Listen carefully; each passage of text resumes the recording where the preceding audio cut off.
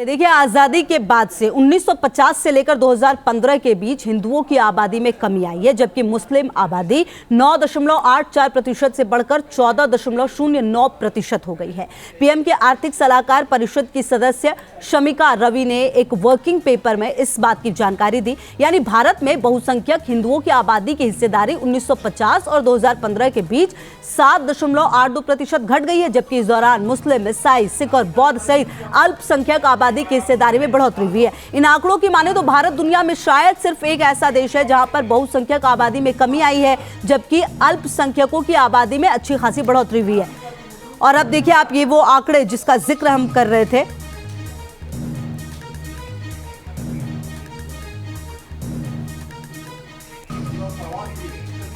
तो देखिए, यही हम आपको बताने की कोशिश कर रहे हैं, और ये खबर उन लोगों से भी सवाल पूछ रही है जो सवाल उठाते हैं कि भारत में मुस्लिम खतरे में है। अगर मुस्लिम बढ़ रहे हैं तो वो खतरे में कैसे हैं? इसी मुद्दे पर आज हम चर्चा करेंगे, और इसके लिए जो चर्चा होगी उस पर बातचीत होगी कि आखिरकार किस तरीके से ये पूरी चीजें हो रही हैं, क्यों हो रही हैं, और आखिर ये नैरेटिव कौन सेट करने की कोशिश कर रहा है। और आज हमारे पैनल में जुड़ेंगे विश्व हिंदू परिषद के प्रवक्ता डॉक्टर विजय शंकर तिवारी जी, और मुस्लिम स्कॉलर नूर अहमद अजहरी, और न्यूज नेशन के संवाददाता विकास चंद्र भी हमारे साथ जुड़ गए।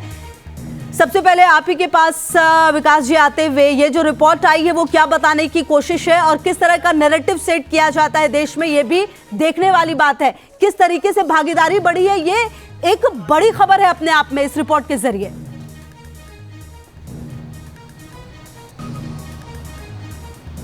जी बिल्कुल, बड़ी खबर है और चौंकाने वाली भी खबर भी है, क्योंकि कई वर्षों से इस बात कही जा रही है तमाम राजनीतिक दलों के द्वारा, सामाजिक शोध करने वाले के द्वारा, समाजशास्त्र के विद्यार्थियों और रिसर्चरों के द्वारा, कि भारत का जो है वो डेमोग्राफिक सिचुएशन जो है वो लगातार बदल रहा है और धार्मिक असमानताएं लगातार बढ़ती चली जा रही हैं। जो बहुसंख्यक आबादी है वो आबादी घट रही है, और अल्पसंख्यक आबादी और ख़ास तौर पर मुस्लिम आबादी जो है वो बेतहाशा बढ़ रही है। तो बहुत पहले से ये बात कही जा रही थी और आरोप प्रत्यारोप के दौर चला करते थे, लेकिन इन आंकड़ों से स्थिति बिल्कुल साफ हो गई है कि वर्तमान समय में देश की जो आर्थिक जो जनसंख्या है उसमें किसका कितना प्रतिशत है, हिंदू कितने हैं, मुस्लिम्स कितने हैं, सिख, बौद्ध, ईसाइयों की क्या भागीदारी है, ये बिल्कुल अब साफ हो गया है। और जो लेकर के एक नैरेटिव बनाने की कोशिश की जाती रही है देश में हमेशा, न सिर्फ अपने देश में, देश से लेकर के विदेश तक, जो भारत में अल्पसंख्यक असुरक्षित हैं, इस देश में डर लगता है। एक अवार्ड वापसी का दौर चला था, फिर उसके बाद एक बयान का दौर चला कि इस देश में डर लगता है, जिसको लेकर के भारत की काफी किरकिरी भी हुई थी पूरी दुनिया में। लेकिन इससे अब साफ हो गया कि अगर यहाँ के अल्पसंख्यक असुरक्षित रहते होते तो क्या उनकी आबादी 43% बढ़ जाती। पाकिस्तान की आबादी में आप हिंदुओं को आजादी के वक्त देखिए और आज देखिए कि वहाँ वो विलुप्त हो चुके हैं। वहाँ आप अल्पसंख्यक बचा ही नहीं, कुछ प्रतिशत, 1-8% अगर बचे हैं तो बचे, वो भी पाकिस्तान की तरफ से वो आंकड़े इज्जत बचाए जाने के लिए पेश किए जाते हैं। तो वहाँ की आबादी शून्य हो गई और यहाँ 43% का इजाफा सिर्फ मुस्लिम आबादी में हो गया, तो वाकई स्थिति को तो स्पष्ट कर देता है ये। जी ठीक है, आपके पास आते हैं, और देखिए हमारे साथ नूर अहमद अजहरी साहब भी हैं। सवाल आपसे मेरा ये है कि जब यहाँ पर मुस्लिमों की आबादी इस तरह बढ़ रही है तो आखिरकार ये नैरेटिव सेट करना कहाँ तक सही है, और ऐसा कहाँ होता है कि जहाँ विकास ना मिले वहां पर यह आबादी बढ़ने लगेगी अचानक से? 45% एक बड़ा परसेंटेज है नूर अहमद साहब। देखिए, ये जो भी कह रहा है कि भारत में मुसलमान सुरक्षित नहीं है, बहुत सारी बातें अभी आपके जरिए मालूम चली हैं। मैं ये खुलकर के कह रहा हूँ, भारत से ज्यादा मुसलमान किसी और मुल्क में पूरी दुनिया में कहीं भी सुरक्षित नहीं है। भारत हमारा मुल्क है, हमारी जागीर है, हमारी बपौती है जी। भारत की आजादी के लिए 1857 से 1947 तक 50,000 से ज्यादा बासनद आलिमों, हाफिजों, कारियों ने, मुफ्तियों ने इस मुल्क की आजादी के लिए अपनी जान दी। मेरा सवाल ये कि आखिरकार फिर मुस्लिमों की आजादी को लेकर, उनकी आवाज को लेकर बार बार सवाल कौन उठाता है? आखिरकार ऐसे सवाल उठते क्यों हैं देश में? देखिए, ये सब राजनीतिकरण है, इसके सिवा कुछ भी नहीं है। भारतीय जनता पार्टी के पास बताने के लिए इस वक्त देश में कुछ नहीं है, चुनाव चल रहा है, तो उनके पास सीधे साधे मुद्दे यही है। इस तरह के मुद्दे ला करके हिंदू समाज जो आज धर्म के नाम पर वोट नहीं कर रहा है, मंदिर के नाम पर वोट नहीं दे रहा है, इसलिए परेशान है सब। तब ये बातें ला करके उस समाज को हमारे, ठीक है, डॉक्टर विजय शंकर तिवारी जी भी हमारे साथ जुड़े हुए हैं। विजय शंकर तिवारी जी, ये किस तरह का जो ये पूरा आंकड़ा है वो किस तरफ इशारा करता है, और आखिरकार ऐसा नैरेटिव क्यों सेट करने की कोशिश है? देखो, ये बड़ी भयावह परिस्थिति देश में उत्पन्न हो रही है। 1950 में देश में मुसलमान जो बचे थे जी। विभाजन के बाद लगभग 2.5-3 करोड़ के आसपास बचे थे, आज ये 20 करोड़ है। आप मानकर चलिए कि 8 गुना आबादी अपनी उस समय की आबादी से बढ़ना हो गया। हिंदू उस समय लगभग 32.5 करोड़ रहा होगा, आज वो 110 करोड़ है, 3 गुना ज्यादा बढ़ा। तो ये तो सीधे सीधे आंकड़ा है कि कितनी बेतहाशा जनसंख्या की वृद्धि हुई है। अब हिंदुओं के सामने तो कांग्रेस सरकार और सबने रख दिया कि 2 ही अच्छे, 2 ही बच्चे, 2 ही अच्छे। स्वाभाविक है, देश की आबादी बढ़ेगी तो संसाधन कहाँ से आएंगे। लेकिन मुस्लिमों के लिए था कि तो अपना शरिया कानून का पालन करते रहिए, आपके ऊपर कोई दिक्कत की बात नहीं, आप करिए, वो अपना चलते रहे। उसकी परिस्थिति आज आपके सामने आई है कि जो 1950 में 84.68% हिंदू इस देश में था, आज वो 78.6% इस देश में रह गया। यानी 7.8% आबादी हिंदुओं की भारत में घट गई है। तो विजय जी, ये माना जाए देश में जनसंख्या नियंत्रण कानून अब बहुत ज्यादा जरूरी हो गया है, क्या आप ये भी कह रहे हैं? मैं क्या कह रहा हूँ, ये तो, लेकिन मानने वाला कौन है? जिसको देश से प्यार है, जो देश की चिंता करता है, जो देश के समृद्धि की चिंता करता है, जो देश के सारे जीडीपी पर बड़ा हिस्सा रखता है, जो बहुत सारा इनकम टैक्स करता है, जो देश का विकास, आप देश की सरकार में है भाई, वो समाज विजय चिंता रहती है। विजय शंकर भाई 10 सालों से ठीक है, मैं आती हूँ आपके पास। नूर अहमद साहब, एक बार बात पूरी कर लें डॉक्टर विजय शंकर जी, उसके बाद मैं आती हूँ। अजहरी साहब, हम पूरी बात सुनेंगे, आप जो भी कहेंगे सुनेंगे, लेकिन सच्चाई से तो आप मुंह नहीं मोड़ सकते ना जी। आप बताइए, आप इनकम टैक्स भारत में देने का कितना भी आप 20 करोड़ हैं और 20 करोड़ की बच्चे पैदा होने पर पाबंदी लगाते हो, बच्चे पैदा होने पर पाबंदी लगाते हैं। इसमें भी मुसलमानों की खता है क्या?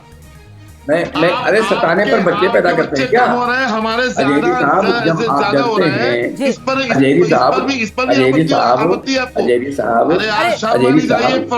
फिरौन बन जाइए। अच्छा ठीक है डॉक्टर विजय शंकर जी, मैं आपके पास भी सर आती हूँ। नूर अहमद अजहरी साहब, देखिए जब आप ऐसे बोलेंगे कंटिन्यूसली तो कुछ समझ नहीं आएगा। मेरा एक सवाल नूर अहमद साहब आपसे ये भी है, पाकिस्तान में आप देखिए कि अल्पसंख्यकों की क्या स्थिति है। हिंदू वहां पर, उनके आंकड़े जो उसके हिसाब से 2 कुछ % बच गए। क्या इशारा करता है ये हमारे देश की स्थिति और वहां की, और बाकी आप अन्य जगहों की स्थिति भी देखिए अगर तो? पाकिस्तान से भारत को मत जोड़िए। हम अगर ये नाम लेंगे तो आपको आपत्ति होगी। पाकिस्तान जोड़ा नहीं जा रहा है, एक आंकड़ा है जो आपको बताया जा रहा है नूर अहमद साहब, उसको जवाब दीजिए। जी जी। पाकिस्तान भाजपा RSS विश्व हिंदू परिषद के दिल में दिमाग में रहता है और नूर अहमद अजहरी की जूतियों में रहता है।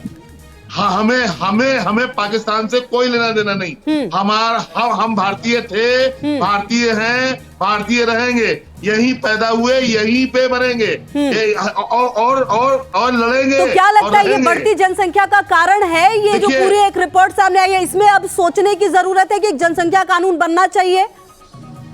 देखिए कौन क्या खा रहा है, क्या पहन रहा है, कितने बच्चे पैदा कर रहा है, इस पर बात करने से बेहतर है कि बेरोजगारी खत्म की जाए देश में। यही तो सर, इसलिए तो खत्म होगी जब जनसंख्या पे भी तो एक कहीं ना कहीं रोकना पड़ेगा ना। ठीक है, आपके पास भी आते हैं डॉक्टर विजय शंकर तिवारी सर, क्या लगता है आपको पाकिस्तान में जो हो रहा है वो क्या संदेश दे रहा है, बाकी देशों में जो हो रहा है वो क्या संदेश दे रहा है, और भारत में कहीं ना कहीं अब कुछ विचार करने की जरूरत है क्योंकि काफी कम संख्या हो गई है हिंदुओं की, जो रिपोर्ट है उसके अनुसार?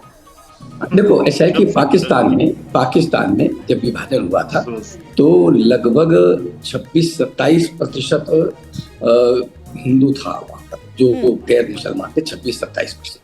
आज वहाँ 2 या 2.5% बचे हैं, बाकी कहाँ गए? जोर जबरदस्ती उनको बलात्कार किया गया, महिलाओं को जबरदस्ती उनको धर्मांतरण कराया गया, उनसे शादी की गई, लोगों को काटा गया, मारा गया। हुआ 2.5 वैसे ही बांग्लादेश सच्चाई, अगर आप सच्चाई से मुंह मोड़ोगे तो ये माना जाएगा कि आप लोग वास्तव में इस देश के प्रति बिल्कुल गंभीर नहीं है। आप कहते हैं हम भारतीय हैं, बिल्कुल अच्छी बात है, भारतीय हैं आप, उसको कोई नकार नहीं सकता। लेकिन जब कहा जाता है कि भारत की जय बोलो, तब आप भारत की जय नहीं बोलते हैं।